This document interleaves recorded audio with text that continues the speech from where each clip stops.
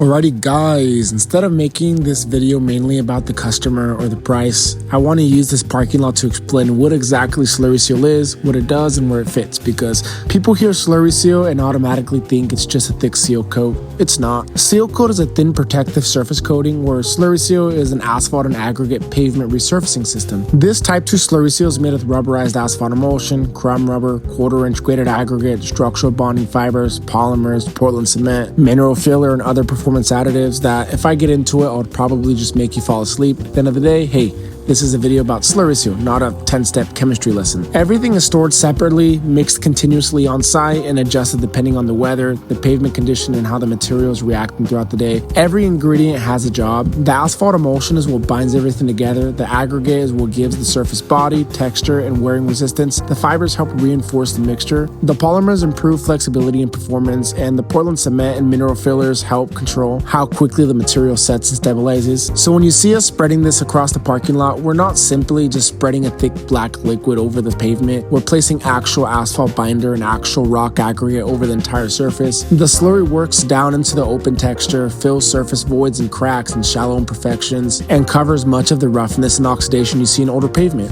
Once it cures, it becomes a new asphalt and aggregate wearing surface for traffic to drive on. That is the main purpose of a Slurry Seal. It renews the top of the pavement without automatically removing and throwing away whatever's underneath it. Now, Slurry Seal does not fix every pavement problem. If the base is unstable, if the pavement is pumping, if you have deep potholes, or if entire sections are moving, those areas still need proper asphalt and base repair. And if the soil or pavement underneath continues moving, some cracks will eventually reflect back through the new surface. Slurry Seal does not stop the ground from moving. What it does is resurface and preserve everything surrounding those failures while allowing us to repair the specific areas that actually need heavier work, and then down the line you still keep your investment. So you stack 3/8 of an inch of Slurry Seal, that 3/8 of an inch stays there. There are also different slurry gradations for different pavement conditions. Type 1 uses finer aggregate and normally leaves a smoother texture. Type 2 uses rougher quarter-inch aggregate and creates a heavier, more textured wearing surface. Type 3 uses larger aggregate where more build-up pre-leveling or just restoration is needed. Sometimes we install a heavier course first and then place a finer finish course over it. Other times, one Type 2 application is exactly what the pavement needs. The pavement should determine the mix and exactly what we do to the property. There's no single recipe that is perfect for every single property.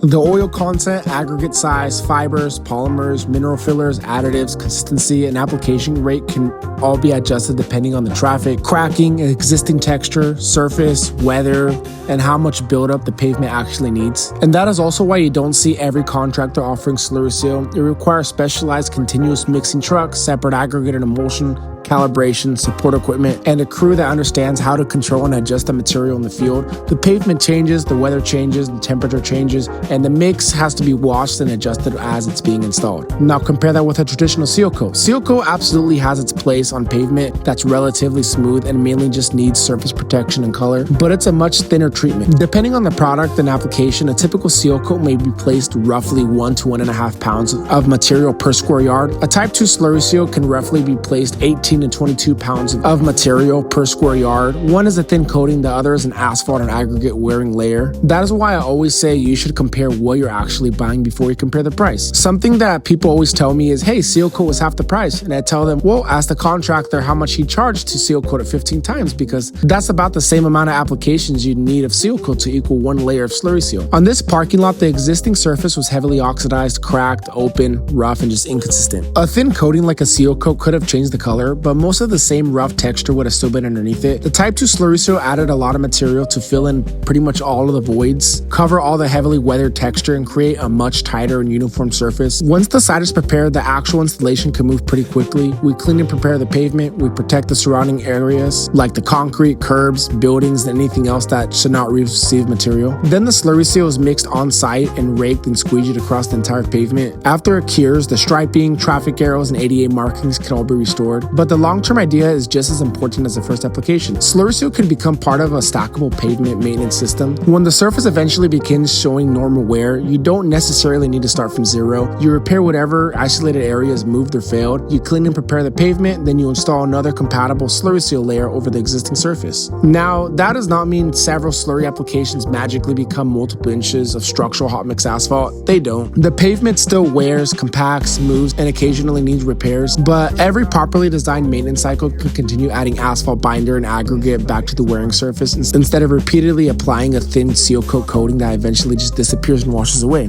That's the whole philosophy behind Slurry Seal: repair what failed, preserve what still works, and add a real material back to the surface instead of just painting it like a thin seal coat black water, and keep building from there. Slurry Seal isn't paving, it's not magic, and it's not the correct product for every pavement, but when the existing foundation is still serviceable and the surface needs significantly more than just a thin seal coat coating, it can be one of the strongest middle ground options available. The pavement should decide the product in my opinion, and on this project the pavement needed a new wearing surface, not just new color.